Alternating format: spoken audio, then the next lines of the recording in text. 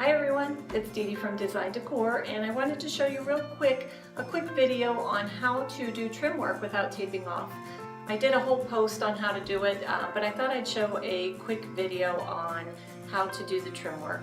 And I'm in my den, I'm getting ready to paint the walls, and I have wood trim, and then I also have a different color up on the crown molding. So I just wanted to show you real quick how to do this. When you're taping off a room to paint, it takes so much time to tape off a room. So I want to save you time, and just if you would learn to do a few simple tricks on cutting in your trim work, you won't have to tape off, and it'll save you so much time.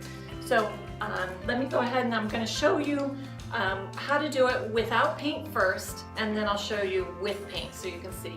And you want to make sure that you have a wet, damp, not a soaking wet, just a damp rag with you in case you mess up and get some paint onto your trim work, so you want to be able to wipe it off right away. So let's get started. So first off, the way you want to hold your paintbrush is you want to have at an angle.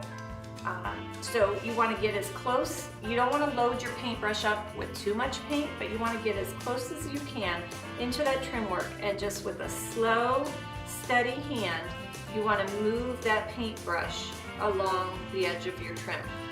Now I have plaster walls, textured plaster walls, so this does make doing trim work a little bit more difficult, so I recommend that you start on a smooth wall to start with. So my first advice is how you load your brush.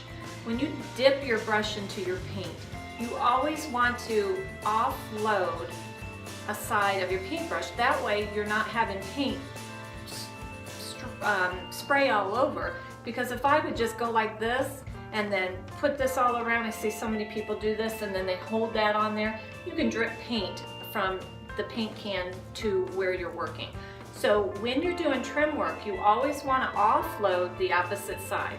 So I want paint on the side of my brush that's going to be on the wall side and not outside. So I'm going to flip my brush over, offload the side that's on the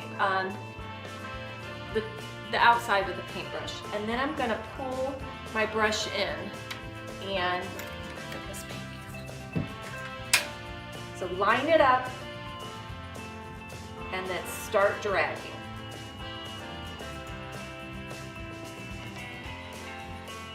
Like I said, I have the textured wall, so my paintbrush is kind of missing certain spots. So I just go back in with a light hand.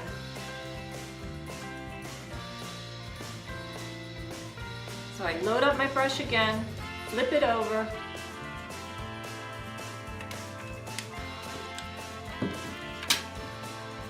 load up my brush again, flip it over to offload the front side, and then I go back to the wall. Now if you want to feel like you have too much paint, you can also put it up top there.